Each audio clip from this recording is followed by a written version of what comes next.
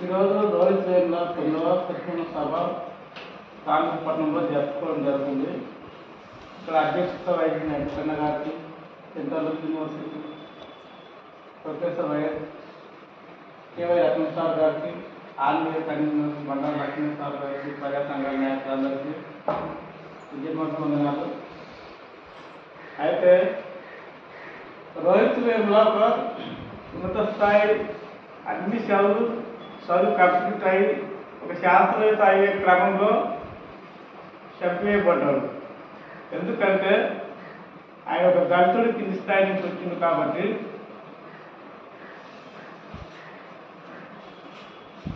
ఆ కింది స్థాయి వాళ్ళకు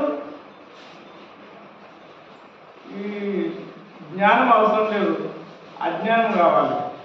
అంటే జ్ఞానం అనేది ఎవరికి కావాలి? బ్రాహ్మణుడికి కావాలి. అజ్ఞానం ఎవరికి కావాలి? శూద్రులకు కావాలి.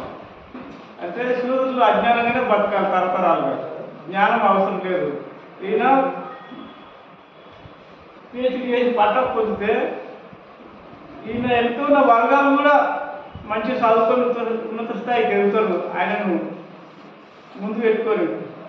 అదే అంబేద్కర్ కూడా అట్లే కదా, కష్టపడి చదివి ప్రపంచ మేధావి అయిండు, ప్రపంచ జ్ఞాని అయిండు, రాజ్యాంగం రాయగలిగిండు.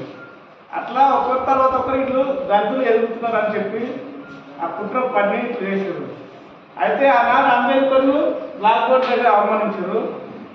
అక్కడ బ్రాహ్మణులు వాళ్ళ పిల్లలకి టిఫిన్ బాక్స్ ఉన్నాయి, ఆయన లెక్కలు బోర్డు పైన వేస్తే మా టిఫిన్లు ఖరాబ్ అవుతాయని చెప్పి ఆ రోజు అంబేద్కర్ నడుపుతారు. విద్యార్థి అసలు మంచి పిహెచ్డి స్థాయికి వెళ్ళిన రోహిత్ వేములను చంపేశారు.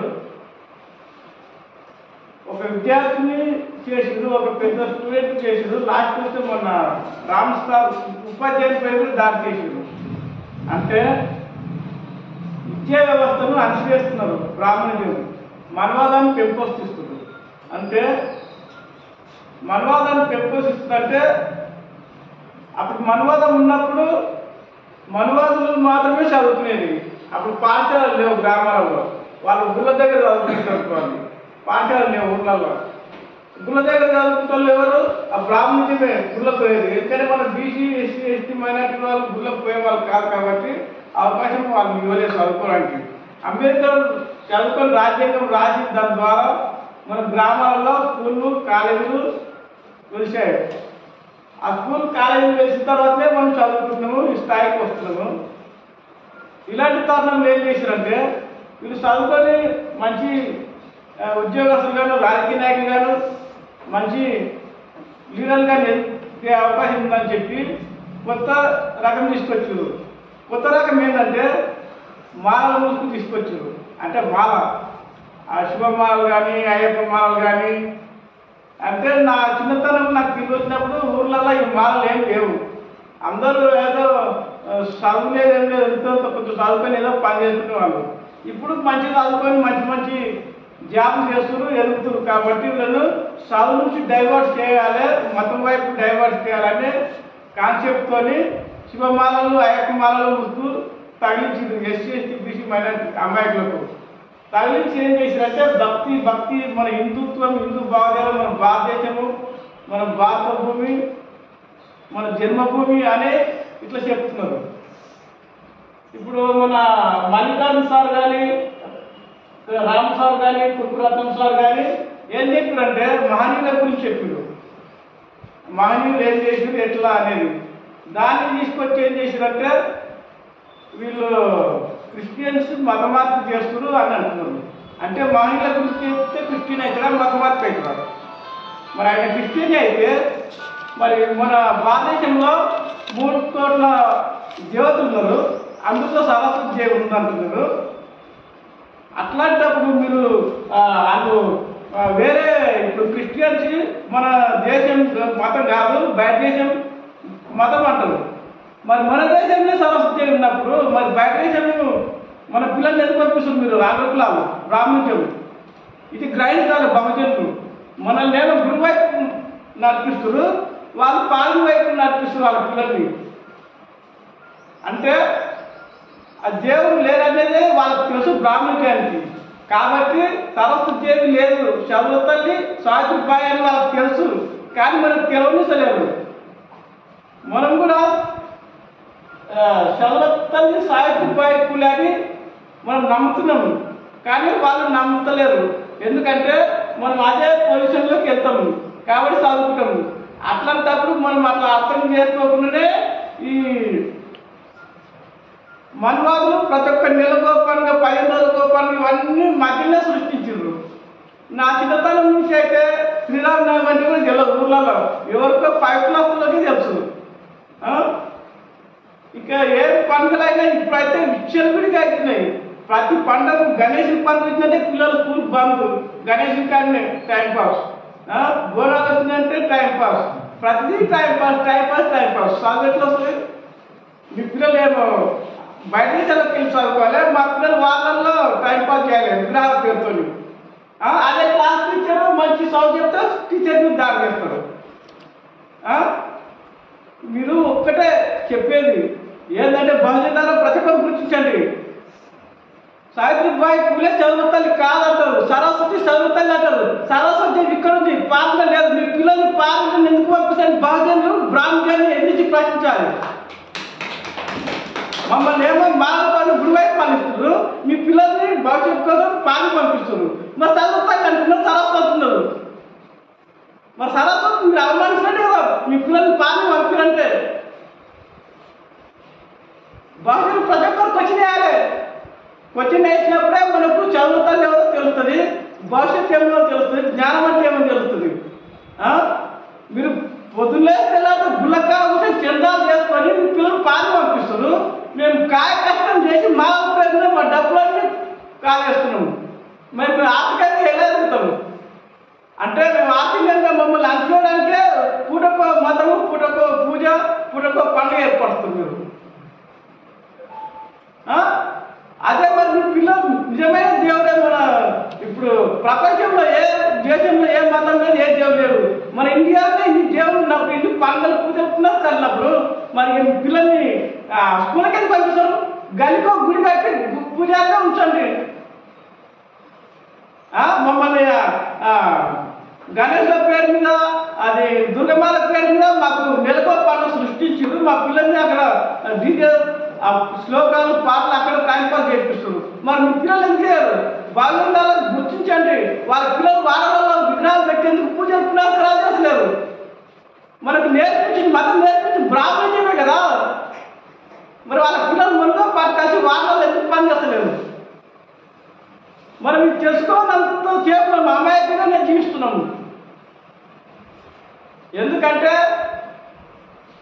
ఏమనుకుంటాం, మన సమాజం అంటే మన భార్య లేవు, మన దగ్గర డబ్బు లేదు, మనం అంత పెద్ద చదువులు అవ్వలేము, అంత స్థాయికి వెళ్ళలేము అంటే మనకు డబ్బు లేకపోతే శివమాలకు అయ్యప్పమాలకు డబ్బు వేయడం వస్తుంది.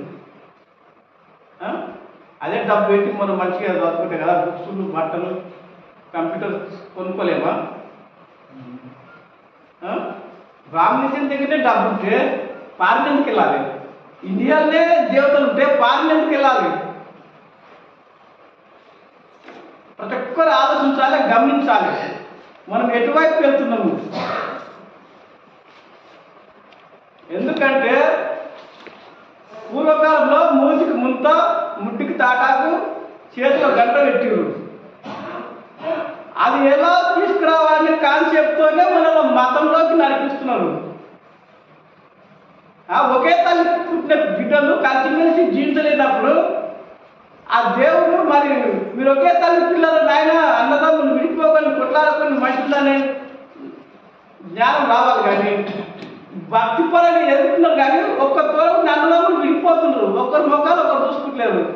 అంటే మతం వల్ల మనకి ఏం జ్ఞానం వస్తుంది? అదే చదువు వల్ల మనకు జ్ఞానం వస్తే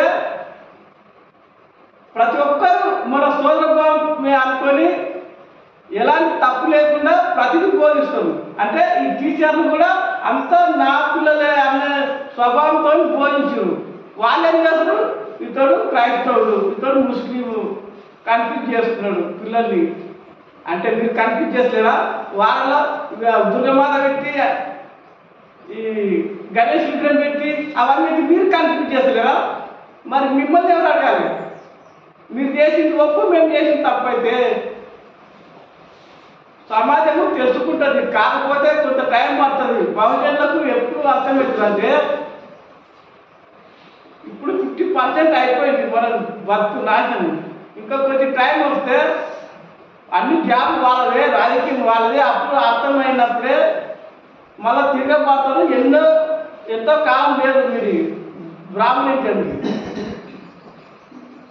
ఎందుకంటే ఆర్థిక పరిస్థితుల్లో ముసుగులో కొంచెం ఆలోచిస్తుంది తప్ప అదేందో ఒక తెప్పలాగే మా బహుజనులకు ఈ మతం అనే ఒక తెప్పలాగే తొలగిపోయిన రోజు బ్రాహ్మణిజం పనేదో చూపిస్తారు తప్ప గుర్తుంచుకోవాలి. బ్రాహ్మణిజం ఎప్పటికైనా మీకు తప్పదు శిక్ష. బహుజనులతో మీకు ఉంటుంది. ఇకనైనా మీరు ప్రభుత్వ టీచర్లపై దాడి మానుకోవాలి. అమాయకమైన ప్రజలను ఉసుకొల్పకుండా మానుకుంటేనే మీకు భవిష్యత్తు ఉంటుంది. మీరు ఇలాగే చేయలేదంటే మీ మతం ముసుకేందో బయట పెడతాం. మీరు చెప్తున్నా కదా, మీ మతం గురించి ఏమైందైతే మీ పిల్లలు బాగా వెళ్ళి పంపిస్తారు. అదంతా గ్రూప్, అది ప్రజలు తెలుసుకుంటారు. మీ మతం అణిగిపోతుంది. ఎందుకంటే మొన్ననే చూసినాము నరేంద్ర మోడీ సరైన మెజార్టీ వస్తే రాజ్యాంగాన్ని మార్పుతున్నాడు. కొంచెం స్లో అయింది, అవుతుంది, ఇంకా అవుతుంది. ఎందుకంటే అంటున్నారు కదా మన ఆయన అమిత్ షా దేవుడు అంబేద్కర్ అంటున్నాడు, దేవుడు అన్నట్టు. మరి దేవుడు అనే మన చదువుతాల నుంచి మరి పార్లమెంట్ ఎందుకు పంపిస్తున్నారు మీరు? మన చదువుతాలు ఇక్కడే ఉందని మీ బుక్కులు ఇళ్ళ ముందర ఎట్టుకుని పూస్తుంది రా, జ్ఞానం సాగి రాదా? వాళ్ళు వేరే మతస్థులు ఆ పార్లమెంట్ వాళ్ళు. మరి వాళ్ళతో మీ పిల్లలకి ఎట్లా విద్య బోధిస్తారు?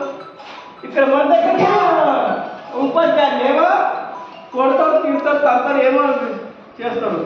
మరి వేరే మతస్థుల చేత మీ పిల్లలను బోధిస్తే మేము సహించము. సంఘాల ద్వారా, ఉద్యమాల ద్వారా ప్రజలకు చెప్తాం, తెలిసేలా చేస్తాం. వాళ్ళు మన అమాయకంగా మతములో పంపిస్తున్నారు. వాళ్ళ పిల్లల్ని పాలు పంపిస్తాను. ప్రతి గ్రామానికి తిరుగుతాను, ప్రతి జిల్లాకు తిరుగుతాను. మీ ముసుకేందో, మీ మైకం ఏందో తొలగేలా చేస్తాం. ప్రజలకు ఎంతకైనా పోరాడతాం.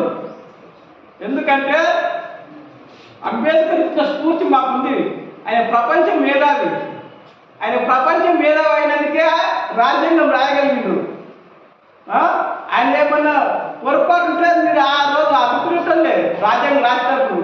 ఎందుకంటే ప్రపంచ స్థాయిలో ఉన్నాడు కాబట్టి మీకు ఆయన అనుకునే స్థాయి లేదు. అదే స్ఫూర్తిని అర్థం పెట్టుకొని మేము మా బహుజనులను మతం వైపు నడిపిస్తున్నారని మేము ప్రచారం చేస్తాం. చేసి ప్రతి ఒక్క బహుజన బిడ్డకు మనకు ఏం చెప్తామంటే గుడి బాడి రెండు ఉన్నాయి. బడి ఉందా గుడి ఉందా అని చెప్తాం.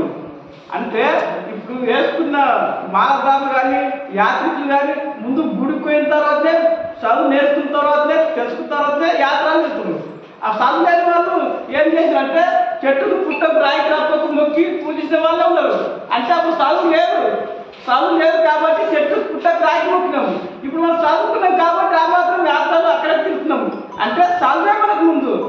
మరి అలాంటప్పుడు మన ఊర్లల్లో గురులు పెరుగుతున్నాయి, బళ్ళు మూతపడుతున్నాయి. గురులు పెరుగుతున్నాయి, బళ్ళు మూతపడుతున్నాయి. అంటే బళ్ళు మూతపడితే మన ముడ్డికి తాటాకు ముంత వస్తుందనే కదా. మనం ఇప్పుడు ప్రభుత్వము అన్ని విధాలుగా ప్రజలకు తోడుకుంటాము, అన్ని విధాలుగా ఆదుకుంటాము, డెవలప్మెంట్ చేస్తాము, ప్రపంచ స్థాయిలో తీసుకెళ్తామంటున్నారు. అదే చదువుతల్లి పాఠశాలకు మూతపడుతుంది భారతదేశంలో. మీరు పెద్ద పెద్ద లక్షల కోట్లు పెట్టి యాదాద్రి డెవలప్మెంట్ చేసి రెండో తిరుపతి చేసావు. మరి చదువుతల్లి పాఠశాల ఎందుకు మూతపడుతున్నాయి అంటే ఇక్కడ చదువుకునే మొత్తం బహుజనులే కదా. బహుజనులకు చదువు రాకుండా అనుకుంటున్నారు. ఇవన్నీ మేము ప్రజలకు తెలియపరుస్తాము. ఎందుకంటే మాకు చదివే ముఖ్యం, చదివే జ్ఞానం, చదివే ధైర్యం, చదివే మాకు మతంతో పని లేదు, మాకు చదువుతోనే పని ఉన్నది. కాబట్టి మూతపడ్డ ప్రతి స్కూల్ దగ్గరికి వెళ్తాం మేము. వెళ్ళి ముక్కోరు దేవతలు ఉన్నప్పుడు సరస్వతి ఉన్న పాఠశాలలో ఎందుకు ఇట్లా ఉంది, అదే ఊళ్ళలో వేరే గుళ్ళు ఉన్నాయి, ఆ గుళ్ళు ఎందుకు డెవలప్మెంట్ చేస్తారు, స్కూల్ ఎందుకు డెవలప్ చేస్తారు అని బహుజనులు చెప్తాను. మన 33 కోట్ల దేవతలు ఉన్న మన భారతదేశంలో వేరే మతస్థులను పోయి దాడి చేస్తాము. మరి మన మతంలో చదువుతానికి పాఠశాలలు ఖరాబ్ అవుతున్నాయి, అక్కడ సదుపాయాలు లేవు. సంవత్సరానికి మాలదారులు మతం గ్రామంలో పెరుగుతున్నారు, అదే స్కూళ్ళలో విద్యార్థుల సంఖ్య పెరగలేదు. మరి విద్యార్థుల సంఖ్య కూడా పెరగాలి కదా, అంటే విద్యార్థులు లేరా, ఊర్లలో లేరా, దేశం మీద లేరా? మరి స్కూళ్ళలో విద్యార్థుల సంఖ్య తగ్గింది. అంటే రాజ్యాంగాన్ని తొక్కివేస్తుడు, మన ధర్మ శాస్త్రాన్ని పెంపొందిస్తుడు. మన ధర్మ శాస్త్రం అంటే గురించి డెవలప్మెంట్ చేయడం, రాజ్యాంగాన్ని తొక్కివేయడం, స్కూళ్ళను మూతపడేయడం. ఇదే కదా మీ కాన్సెప్ట్. మేము ప్రతి గ్రామానికి వెళ్తాము. 33 కోట్ల దేవతలున్న మన భారతదేశంలో పాఠశాల ఎందుకు మూతపడుతున్నాయి? పాఠశాలతో పని లేదా, గుడితోనే పని అని ప్రశ్నించగలుగుతుంది. ఇకనైనా అమిత్ షా మొన్న అన్నావు కదా కేంద్రంలో పార్లమెంట్లో, అంబేద్కర్ అనొద్దు, దేవుడు అంటున్నావు. మరి అంబేద్కర్ రాసిన రాజ్యాంగ ద్వారానే కదా మీరు ఎంపీలు అయింది, మంత్రులు అయింది. మరి అంబేద్కర్ రాజ్యాంగాన్ని అవమానిస్తే బహుజనులను ఊరుకోం మేము.